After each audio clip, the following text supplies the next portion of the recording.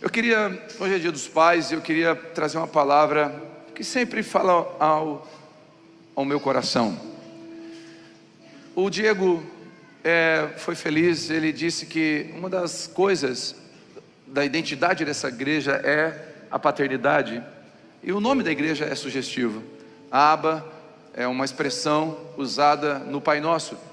Quando Jesus fala Pai Nosso que estás no céu, ele usa a palavra Abba, papai, ali para pai. E Abba é o balbuciar, é a expressão de uma criança. Eu tive a alegria de estar em Jerusalém e ver um pai andando e uma criancinha atrás.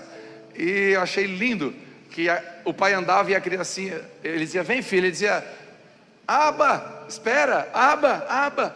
E a criancinha ficava gritando Abba. E veio no meu coração essa expressão de uma criança, e é o que significa a palavra Abba.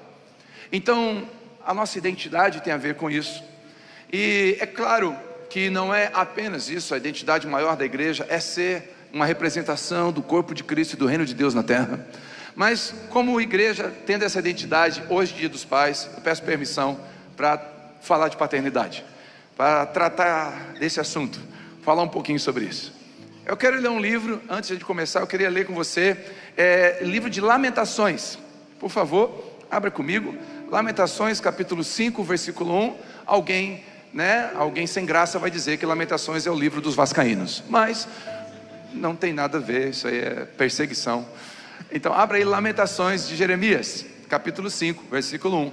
Lamentações é um livro escrito pelo profeta Jeremias, também conhecido por profeta chorão.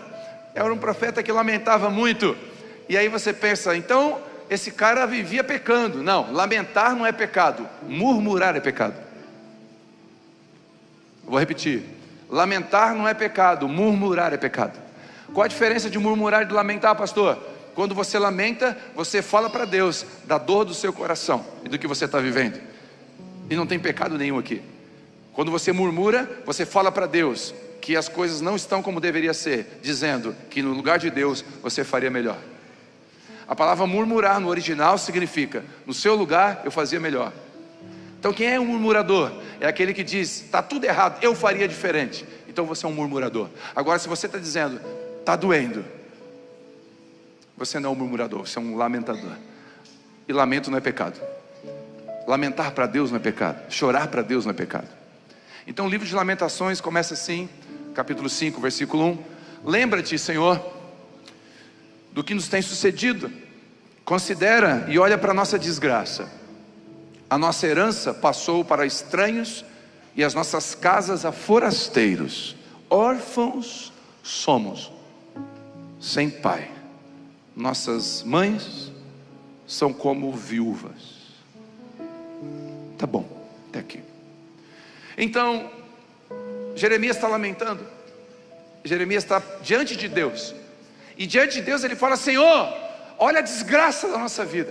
Eu não sei o tom de voz que Jeremias estava usando, mas talvez no momento de indignação, de perguntar para Deus, de colocar diante de Deus a sua verdade do coração, talvez ele expressou com ímpeto, Senhor, olha aqui, olha o que está acontecendo, olha a nossa dor. Nós somos uma desgraça na nossa casa. As nossas casas foram levadas como a forasteiros, a nossa herança carregada longe de nós, e nós somos como filhos sem pai, nossas mães como viúvas. E ele está colocando a condição de filhos sem pais como um lamento. Ele está dizendo, é triste não ter pai. Assim como assaltar a casa é ruim, assim como forasteiros roubarem nossas coisas é ruim, não ter pai é ruim, nossa mãe sem pai é ruim. Então Jeremias está abrindo o coração e lamentando. Ele está dizendo, não é bom, não é bom, ficar sem pai não é bom, não ter um pai presente não é bom, não ter o nome do pai na certidão de nascimento não é bom. Quando eu sou perguntado na escola o nome do meu pai, eu não sei, e desde pequeno eu cresci assim. Isso não é bom, Senhor. Ele não está dizendo, Deus, o Senhor não fez nada. Ele está dizendo, é bom, Senhor. Dói. Dói. E a orfandade é uma das maiores dores do ser humano e do Brasil. A orfandade. Mais de 50 milhões de brasileiros não têm o nome do pai na sua identidade. Pastor, 50 milhões é um quarto.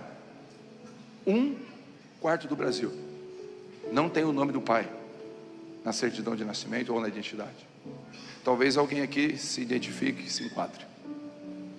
E isso vai gerando uma lacuna, porque quem não tem pai, naturalmente vai sofrer alguns espaços no seu coração, vai abrir um espaço, porque o pai tem um chamado de ocupar um espaço, e quando esse espaço não é ocupado, outro ocupa. Quando esse espaço não é ocupado, outra coisa ocupa. Hoje na ministração da manhã eu recebi um comentário lá no YouTube para mim, chegou para mim e falou assim: pastor, eu não tive pai, e eu acabei caindo no alcoolismo, eu me tornei um morador de rua. E esse homem não está dizendo que a culpa foi do pai, na verdade a culpa foi da orfandade. Ele não está culpando o pai por isso, ele está dizendo: eu não tive um pai, foi a ausência. E a orfandade vai abrindo esses buracos que eram para ser ocupados, não por demônios, não por vícios, é para ser ocupado por um homem, por um pai. E isso é tão forte na Bíblia, que Deus se preocupa tanto com isso. E eu vou dar pelo menos alguns textos bíblicos, só para você ficar tranquilo, como a Bíblia se preocupa com isso. Jesus está com seus discípulos, e Ele reúne os seus discípulos e fala assim: ei, eu vou para o Pai, eu estou indo, tá bom? Mas Ele não diz assim: eu estou indo para o Pai e eu vou deixar poder na mão de vocês. Não, Ele fala em João capítulo 14: eu estou indo para o Pai e eu vou deixar dinheiro na conta de vocês. Eu estou indo para o Pai e eu vou deixar unção na vida de vocês. Ele fala: eu estou indo para o Pai e não vos deixarei órfãos. Por que Jesus se preocupa em ir e não deixar eles órfãos? Não, Pai, deixa dinheiro. Jesus, deixa unção. Não, vocês não precisam disso, vocês precisam de paternidade.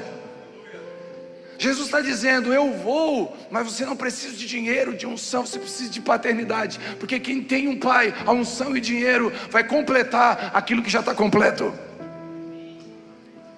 vai vir a mais daquilo que o Senhor já deu.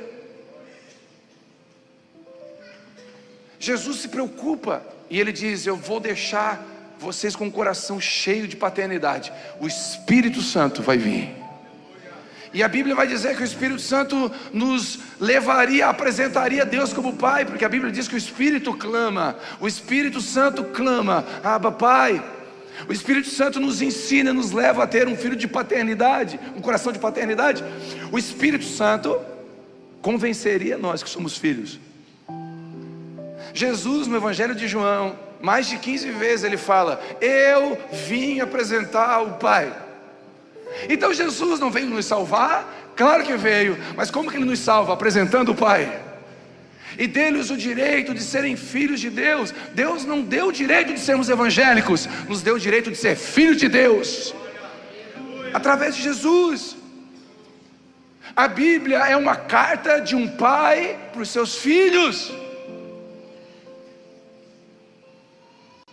João capítulo 4, a Bíblia diz que os verdadeiros adoradores adorarão ao Pai em espírito e em verdade. Não é a Deus, é o Pai. Então saber que Deus é Pai é uma prerrogativa e uma preocupação das Escrituras. Então não é uma coisa da Abba Pai, não é uma coisa que o Telmo gosta. A Bíblia se preocupa com isso. Jesus ensinou os discípulos a orar: Pai nosso, mas não poderia ser Jeová Rafa nosso, Deus que cura, Jeová Shalom, o Deus da paz, Adonai, o Deus poderoso. Não poderia ser alguma faceta de Deus, outra faceta, o Deus da guerra. Por que não é quando orardes, orem assim: Deus de guerra nosso. Não, quando orarem, orem assim, ó: Pai nosso. Porque era da vontade de Jesus que nós tivéssemos um relacionamento de filhos. Porque nem todo servo é filho, mas todo filho é servo. Então, o princípio da paternidade caminha pelas escrituras o tempo todo. A orfandade, ela pode ser por morte física ou por morte presencial. Nossos filhos sentem a nossa falta. Os que sofrem de orfandade são sequestrados, são presos. Romanos 8,15: não recebeste um espírito de escravidão, mas de adoção. O contrário da adoção é escravidão. Ou você tem um pai e é adotado e sabe que tem um pai, ou você se torna um escravo. Você se torna um escravo da opinião das pessoas. Por quê? Porque falta identidade. Quem não tem um pai caminha sem identidade. Identidade. A Bíblia é maravilhosa porque os nomes na Bíblia têm significado, ok? Então todos os nomes bíblicos têm significado. Vamos lá. Emanuel significa Deus conosco. Então quando Jesus é chamado de Emanuel, é a identidade dele, é o Deus que se fez carne, é o Deus conosco. Amém? O nome Emanuel carrega uma identidade, carrega um propósito. Diga amém. Então todo nome na Bíblia tem um propósito. Quer ver como é forte isso? Benjamim, quando Benjamim nasceu, a mãe no parto, morrendo, enquanto dava luz a ele, morria. E ela, na angústia da dor, chamou o filho de Benoni, ou Benoni, que significa filho da minha dor. Porque muitos pais, em momentos de crise emocional, amaldiçoam seus filhos. Muitos pais, em momentos de crise financeira, falam para o filho: você não devia ter nascido. Em muitos pais e mães, em momentos de angústia, dão nomes e rótulos que os filhos carregam a vida toda. Sabe por que a gente separou? Separou porque você nasceu. E a mãe de Benjamim fez isso. No momento de dor, amaldiçoou o seu filho e dá um nome para ele, porque o nome é identidade. E pensa esse menino crescendo. Pensa ele crescendo. Benoni significa filho da minha dor. Filho da minha dor, vai lavar a louça. Filho da minha dor, tarefa. Filho da minha dor, vamos pro futebol. Filho da minha dor, bora capinar a roça. Filho da minha dor, vamos comigo à empresa. Filho da minha dor. Pensa esse menino ouvindo a vida inteira: eu sou a causa da morte da minha mãe. Pensa a autoestima desse menino. Pensa o tanque emocional desse menino. Pensa a capacidade dele fazer uma faculdade, de ele achar que ele tem estima, que ele é amado. Aí o pai descobriu que a mãe deu esse nome. Aí o pai chega e fala assim: que nome foi dado para o menino? Benoni, que é filho da dor da sua esposa, ela morreu. Tá bom, me dá aqui o menino. Ele pega o menino, levanta e diz: não, o nome dele é Benjamim, filho da minha força. Agora esse menino não cresce mais com aquele nome, ele cresce com outro nome. Filho da minha força, vai lavar a louça. Filho da minha força, vamos fazer a tarefa. Filho da minha força, bora para casa, lava os pés. Filho da minha força, bora para o retiro. Filho da minha força, porque agora ele tem outra identidade. E alguém vai dizer: você não vale nada. Eu tenho muito valor, eu sou o filho da força do meu pai. Porque ele recebeu um diagnóstico e uma identidade no nome que o pai deu para ele. A palavra Elias, o nome Elias, significa só Jeová é Deus. Repete comigo: só Jeová é Deus. Aí Elias nasce e o pai dá o nome de Elias, só Jeová é Deus. Aí ele cresce, só Jeová é Deus, vai lavar a louça. Por que manda lavar a louça direto? Né? Só Jeová é Deus vai estudar, só Jeová é Deus vai capinar, só Jeová é Deus. Ele cresceu ouvindo só Jeová é Deus todo dia. Aí aparecem 950 profetas de Baal e Asteríade. E aí 950 profetas começam a dizer: Baal é Deus, Baal é Deus. E esse menino ouvindo: peraí, não combina. eu ouvi a vida inteira outra coisa. A vida inteira eu ouvi que só Baal, que só o Jeová é Deus. Que papo é esse de Baal é Deus? Aí um menino, um homem sozinho, com uma identidade em Deus, se levanta contra 950, porque ele ouviu a vida inteira: só Jeová é Deus. E se eu e você colocar no coração dos nossos filhos as verdades que Deus tem sobre eles, o mundo, os blogueiros, a internet pode vir e dizer qualquer coisa que Baal é Deus. Eles ouviram a vida inteira que Jeová é Deus. Eles vão crescer e dizer: não, é mentira, Jeová é Deus. Porque eu ouvi do meu pai, eu tenho uma identidade. Alguém me abençoou. A Vitória, a Isabela, eu falo para a Isabela todo dia: Isabela, pai é apaixonado por você.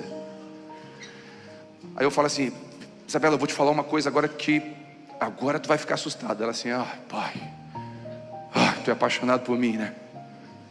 Como é que tu sabe? Tô cansada de ouvir isso. Aí eu fui brincar de forca. Sabe o que é forca? Do papel de fazer uma forquinha e botar o nome embaixo, as letras. Quem sabe, gente? Pensei que se não tiver infância, ficaram tudo assim, dois levantaram a mão. Forca. Brincando de forca. Aí eu botei apaixonado embaixo. E ela começou, letra A, e foi falando, e ela assim: pai, me dá uma dica. Vou dar uma dica. O que eu escrevi aí é uma coisa que eu sou por ti. Tu é apaixonado. Resolvida. A hora que o menino com um feixe de mola quebrada, pá. Daí, gatinha, eu estou apaixonado por você. Ela vai dizer: e daí? Meu pai, porque eu já ocupei um espaço que é meu. Quando eu ocupo esse espaço, pais que não são carinhosos afetivamente, com toque, com palavras, com tempo, com carinho, permitem, infelizmente, não é todos, mas isso é uma tendência, com que suas meninas se entreguem sexualmente cedo ao primeiro menino, ao primeiro homem que dizer que ela é uma princesa. A identidade vai formando. A orfandade gera um espaço. E sabe uma das coisas que eu percebo na orfandade? Que a orfandade gera muros de defesa, gera armas de ataque. Você já conhece? Quem conhece alguém, não levanta a mão, porque vai que essa pessoa está do lado de você, ou talvez é você. Quem conhece alguém que sempre vê o lado ruim da coisa? Não levanta a mão. Teu pai está aí, cara. Sabe o que é o lado ruim da coisa? Comprei um carro zero. Ele vai dizer: zero, desvaloriza. Eu comprei um usado. Mas o usado não vem garantia. Comprei um 4.1 a gasolina. Rapaz, o elétrico é que está na hora. Comprei um elétrico. Rapaz, elétrico não é carro de homem. Ele sempre vai ver uma coisa ruim. Sempre vai ver um lado ruim. Tem gente rindo de nervoso? Não, tem gente que é assim. Eu vou dizer, escute o que eu vou dizer. Eu conheço uma pessoa que o pai dele dizia assim, só que ele tem um relacionamento ruim com seu pai. E o pai dele dizia assim: eu não gosto que homem que faz tatuagem. Sabe o que ele fez? Tatuagem. Eu não gosto de homem que usa brinco. Sabe o que ele fez? Brinco até no nariz. Eu não gosto de homem de moto. Sabe o que ele fez?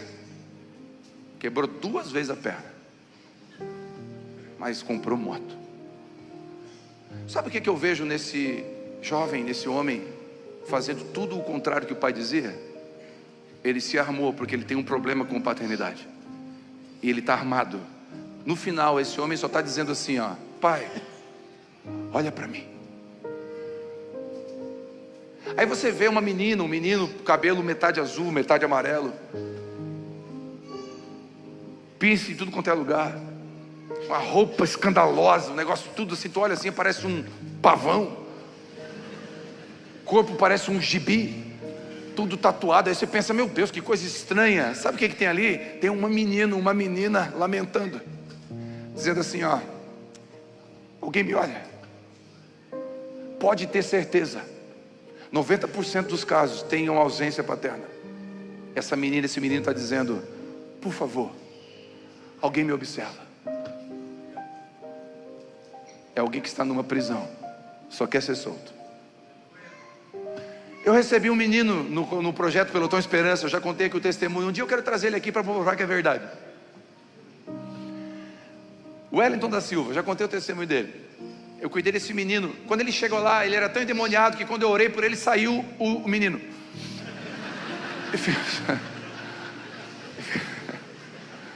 Ficou o demônio dizendo obrigado. Não aguento mais.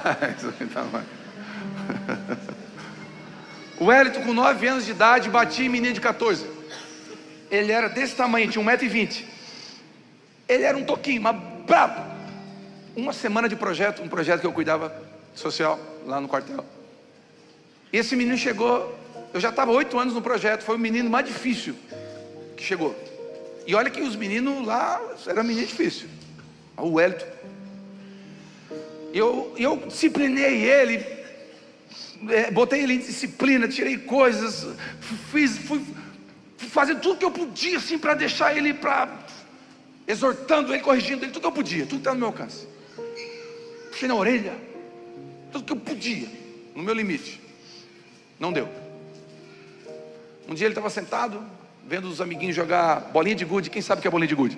Infância, né? Infância é outra coisa, né? Quem não sabe, levanta a mão que é bolinha de gude. Os teens, sabe? Aí um dia eu estava, meu Deus, que mulher linda. Me desconcentrou. Não passa assim, desconcentra. Aí eu estava sentado um dia, e o Wellington sentado ali, e eu sentei do lado dele, botei a mão no ombro dele assim por trás. Quando eu botei a mão no ombro dele, ele: tira a mão de mim, tu não é minha nega. Não, bem assim, eu falei: Wellington, eu só botei a mão e diga, tira a mão de mim. 9 anos, 1,20 m, tira a mão de mim. E fez assim com a mão assim, ó. Tipo assim, vem que eu te quebro. Não, o menino era fera não. Aí o que eu faço? Disciplinei. Aí eu peguei, eu tinha bolinha de gude no bolso, bolinha do Paraguai, aquela coloridinha, e tinha umas leiteiras. Meu Deus. Leiteira. Agora desbloqueou. Agora é maravilhoso. Aí peguei, meti no bolso e dei as bolinhas de gude pra ele. Ele: que bonito isso aqui. Não, Wellington, é presente pra ti. Pra mim. Por quê? Não, quero te presentear. Ele pegou as bolinhas e começou: nossa, essa aqui. E quando ele olhava as bolinhas, eu botei a mão de novo e comecei a mexer na orelha dele assim, ó. Ele não percebeu. Quando ele percebeu, ele estava no meu colo. Deitou no meu colo, botou a cabeça no meu peito. E a partir daquele dia, o Wellington foi outro menino. Para vocês terem uma noção, no final do ano tinha o prêmio de melhor aluno. De 30 ele foi o melhor aluno. Aí eu fui visitar a casa do Wellington naquela semana. Eu falando com a mãe do Wellington, eu descobri que o Wellington apanhava de fio do pai bêbado todo dia. Então corrigi o Wellington, mas carinho o Wellington não tinha. E um cafuné ganhou o Wellington. O Wellington foi o melhor aluno daquele ano. E era o último ano que eu estava em Criciúma, antes de ir para Belo Horizonte pelo exército. E eu estava indo embora do quartel aqui, do projeto.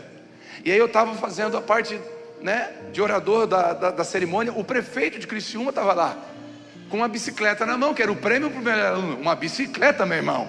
Freio no pé. Outro nível. E a bicicleta novinha, com um laço, e o prefeito aqui, ó, para dar a bicicleta para o Wellington. E eu queria chamar agora o Wellington da Silva. O Wellington levanta, passa do lado da bicicleta, vem até em mim, me abraça e fala: pai, não vai embora.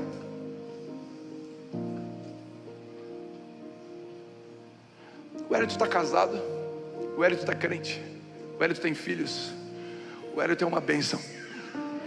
Um dia eu vou mostrar o Wellington, pode chegar perto dele. Pode chegar. Ele já veio aqui no culto. O pai que está aqui, né? O Wellington já veio aqui algumas vezes. O que o Wellington tinha?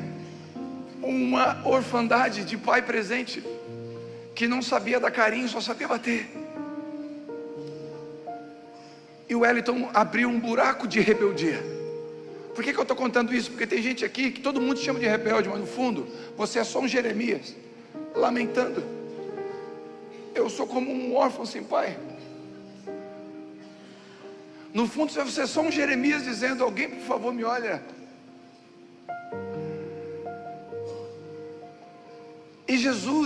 E Deus é um bom pai. E aí eu sei que é difícil falar de Deus como pai para alguns aqui. Eu sei que é difícil, é desconfortável. Afinal, a imagem que você tem de pai é o cara que foi comprar pão e não voltou, que bateu na sua mãe. Você tem uma imagem. E agora, pastor, então quer dizer que o meu pai, não culpa ninguém, por favor. Eu tenho pai, eu sei dos erros dele, mas eu não culpo ele. Ele também não recebeu. Ele também não recebeu, ele não conseguiu me dar, ninguém deu para ele. E ele encontrou Cristo depois de muito tempo, depois de mais de 60 anos. Ele não conseguiu. Então, por favor, culpe o seu pai. Não é disso que o Espírito Santo está falando conosco nessa noite. Ele está dizendo: olhe para o pai certo agora. Ele está dizendo: tira os olhos do pai da terra e coloca os olhos do pai do céu, aquele que nunca vai errar com você. Eu sei que tem gente aqui que está dizendo: pastor, eu tive um pai maravilhoso. E isso permite com que você se aproxime de Deus. Isso facilita com que você se aproxime de Deus. Mas muitos de nós precisamos ser curados. Precisamos permitir que o Senhor arranque do nosso coração dores, medos, que a orfandade abriu. Quem está entendendo o que o Senhor está falando? Hoje em Dia dos Pais, essa palavra eu ministrei às 8 da manhã, às 10 da manhã, e Deus foi ministrando no meu coração. Foi ministrando no meu coração o tempo todo: filho, eu estou contigo do começo ao fim. Eu estou presente. Eu te defendo. E fala para os meus filhos: eu sou um bom pai, eu os defendo. Se você soubesse o pai que você tem, você ia dormir tranquilo hoje. Sabe, eu não sei se você já fez isso. Na madrugada foi no quarto do filho e cobriu ele, porque ele estava descoberto enquanto dormia.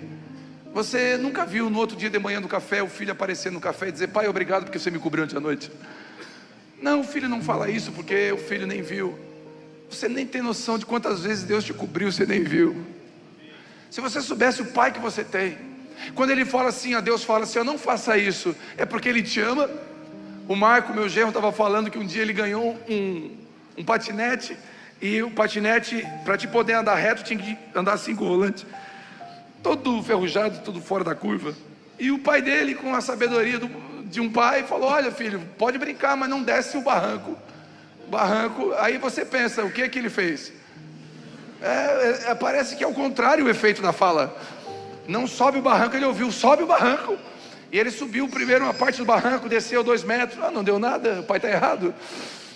Aí ele foi no metade do barranco, não dá nada, o pai está errado. Foi lá em cima do barranco, soltou lá de cima. A hora que soltou de lá, em 3 segundos ele estava arrependido. Queixo, joelho, foi tudo. Ficou com a marca do Flamengo e do Vasco no meio, assim no peito. Arranhou a cara, se quebrou tudo. Por quê? Porque o pai falou: não vai ali, porque o pai sabe o que está falando. Quando a Bíblia diz não faz isso, é porque ele sabe o que está falando. Só que quando a gente sabe que tem um pai e a gente descobre que fez o que não devia, a gente não corre para o vizinho, porque o Marco não correu para o vizinho, todo machucado, passar metiolate. Correu para onde? Para o pai. Porque se você sabe que Deus é pai, quando você erra, você não se afasta dele, você se aproxima dele. E se tem alguém aqui que está em pecado, Deus está dizendo assim: eu sou seu pai, eu te amo, eu já vi o que você fez, está todo machucado, vem aqui que eu tenho, arde um pouquinho, tem metiolate, gospel, eu sei curar. Só que curar às vezes arde.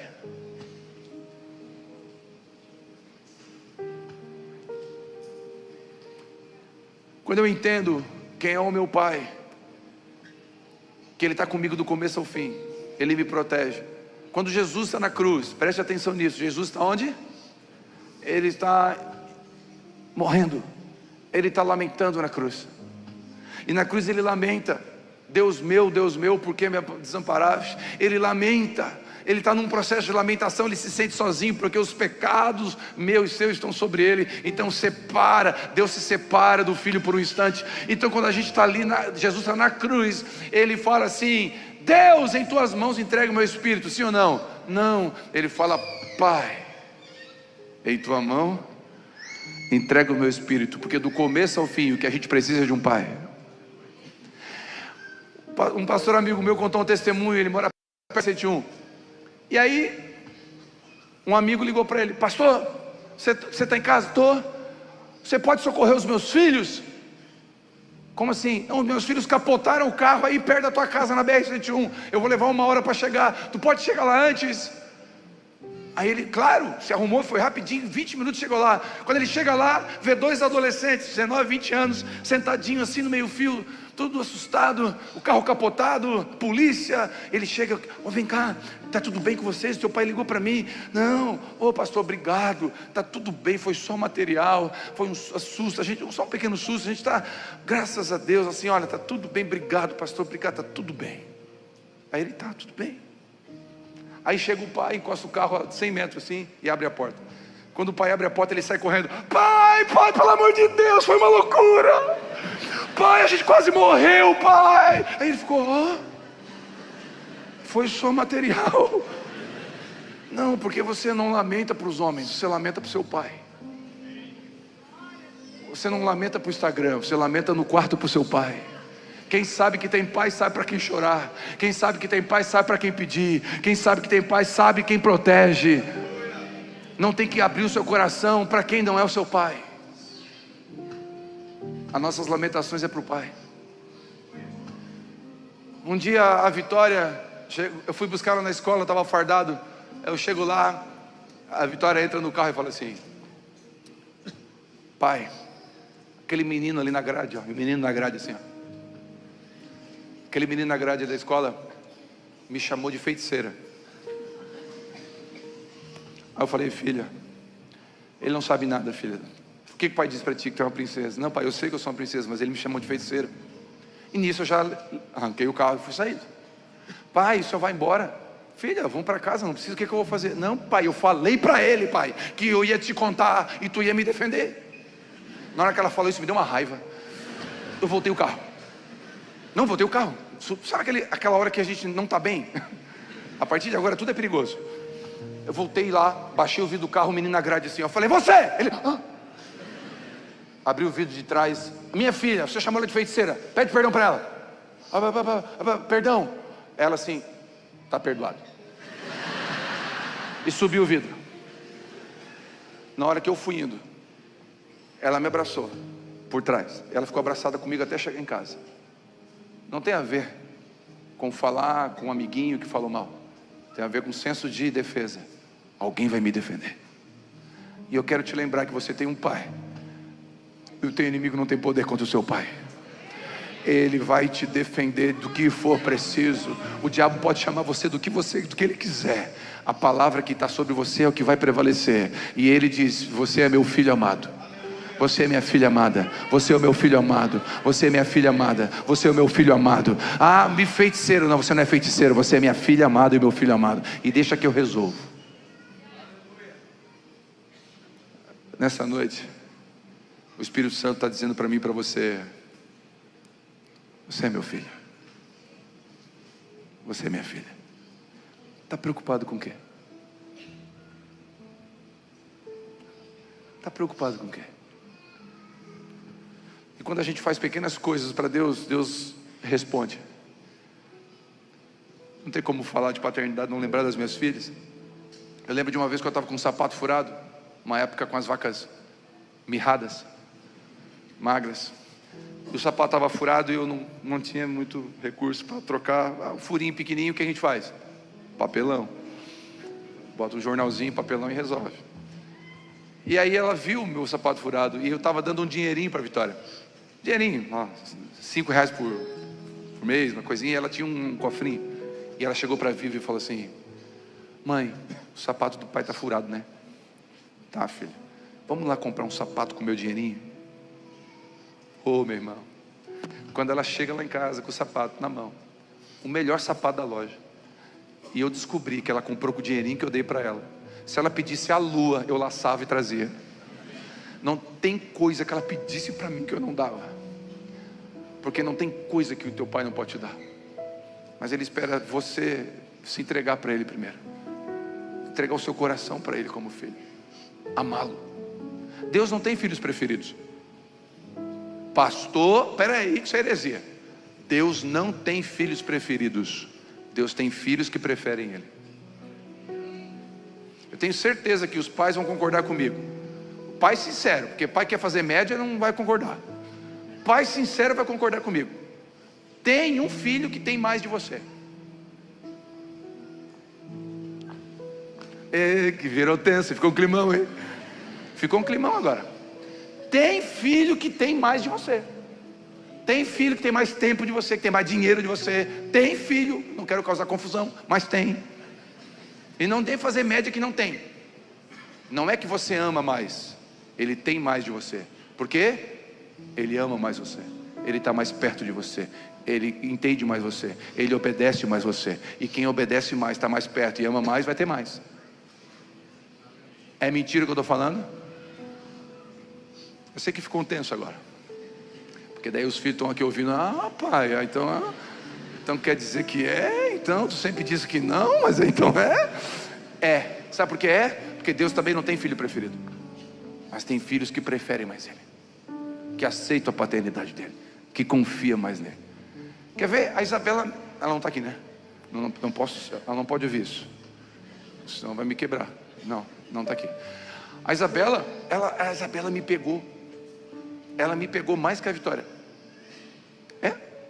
Por quê? Porque a Isabela, eu não sei se é intencional, se ela é esperta ou é sem querer, mas eu chego para a Isabela e falo assim: Isabela, não. Só que ela falou para mim: tá bom, pai. Aí eu dou.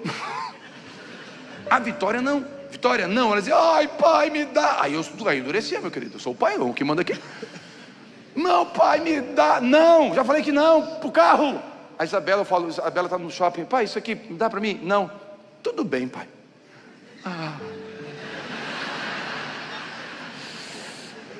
É verdade? É verdade? É verdade ou não é verdade? É verdade. Se a gente trata assim os nossos filhos, imagina quando Deus falar para você não e você diz: tudo bem, pai. O Senhor sabe o que é melhor para mim. Tu acha que Deus tem dificuldade de te abençoar? O problema é que a gente é birrento. A gente não sabe o pai que tem. Vou repetir: a gente não sabe o pai que tem. Deus, eu te abençoo para que essa noite você tenha uma revelação de quem é o seu pai. Eu não posso trazer essa revelação, mas o Espírito Santo pode. De quem é esse pai? Esse pai, não recebemos um espírito de escravidão, mas um espírito de liberdade. Nessa noite, que eu e você possamos aceitar essa adoção e confessar nossas prisões, nossos lamentos. Eis, já é uma boa noite para você lamentar. Pastor, mas por quê? Porque o pai está em casa e você pode chorar para ele. O pastor que veio te visitar, não chora para ele não, está tudo bem, foi só dando os materiais. Mas quando o pai chega, não tem problema não. E dizer que está tudo ruim, e que a dor está insuportável, não faz cara de crente para ele não, faz cara de filho. A gente é bem estranho. Os evangélicos têm umas coisas que só os evangélicos têm, a Bíblia não. A gente tem umas coisas, a gente faz campanha de 7 semanas para ganhar alguma coisa. Não dá para entender. Sabe por que a gente faz campanha? Porque a gente não sabe o Deus que a gente tem. Sim ou não? Eu uso sempre esse exemplo. Imagina minha filha chegar para mim: grande. Até porque é outra coisa estranha que eu acho nos crentes: tom de voz. Concorda comigo? Nós estamos aqui, tudo bem, conversando. Vamos orar? Vamos. Nesta noite. Peraí, só um pouquinho. O que entrou aí? A gente é estranho, não é? É. A gente está na mesa com a família. Vamos orar pelo alimento? Vamos. Senhor Deus dessa mesa. Senhor, meu Deus, é só orar pelo alimento. Senhor, obrigado pela comida. A gente muda o tom de voz. Imagina minha filha chegar para mim: grandioso Pai, poderoso Pai, tu que coabitaste com a minha mãe e me geraste no leito sem mácula.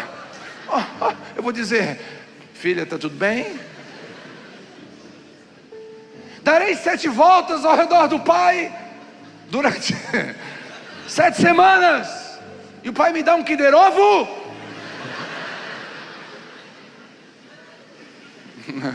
Tá rindo, mas a gente faz isso. Como é que filho pede pro pai? Pai, pai, pai, pai, para, filho, pai. Tá, fala o que foi. Tá bom. Porque filho é assim mesmo. Pai, pai. Um dia a Vitória pediu para mim Kinder Ovo. Estava indo pro mercado. Falou: no mercado, tá? Ela assim: pai, compra Kinder Ovo. Eu falei: ora a Deus para Deus tocar no coração do pai. Eu fui ser espiritual, né? Fala com Jesus aí que Jesus tem que tocar no coração do pai dela assim: orar a Deus. O pai tem dinheiro, compra. É bem assim. Filho, é bem assim. O pai tem dinheiro, compra aquele negócio de orar a Deus. Sabe, eu oro para que você tenha um relacionamento com Deus como um pai, como um filho, não como empregado. Porque o empregado é substituível. O empregado a gente não quer que cresça, mas um filho não. Filho a gente quer que cresça mais que a gente. Ele é insubstituível. Ninguém substitui um filho. Tem famílias aqui, eu conheço um casal aqui que tem 2 filhos que perderam na gestação de 7 meses, 7 semanas, 7 meses. 2 abortos involuntários. Eles têm 2 filhos e mais 2 filhos que perderam no aborto. E quando eu pergunto para ele: seus 2 filhos estão bem? Eles respondem sempre para mim: pastor, os 4 estão bem. Porque filho é insubstituível. 2 estão na eternidade e 2 estão aqui. Você é insubstituível. Nessa noite talvez eu seja um arauto de Deus para dizer para você: você é filho de Deus, filha de Deus.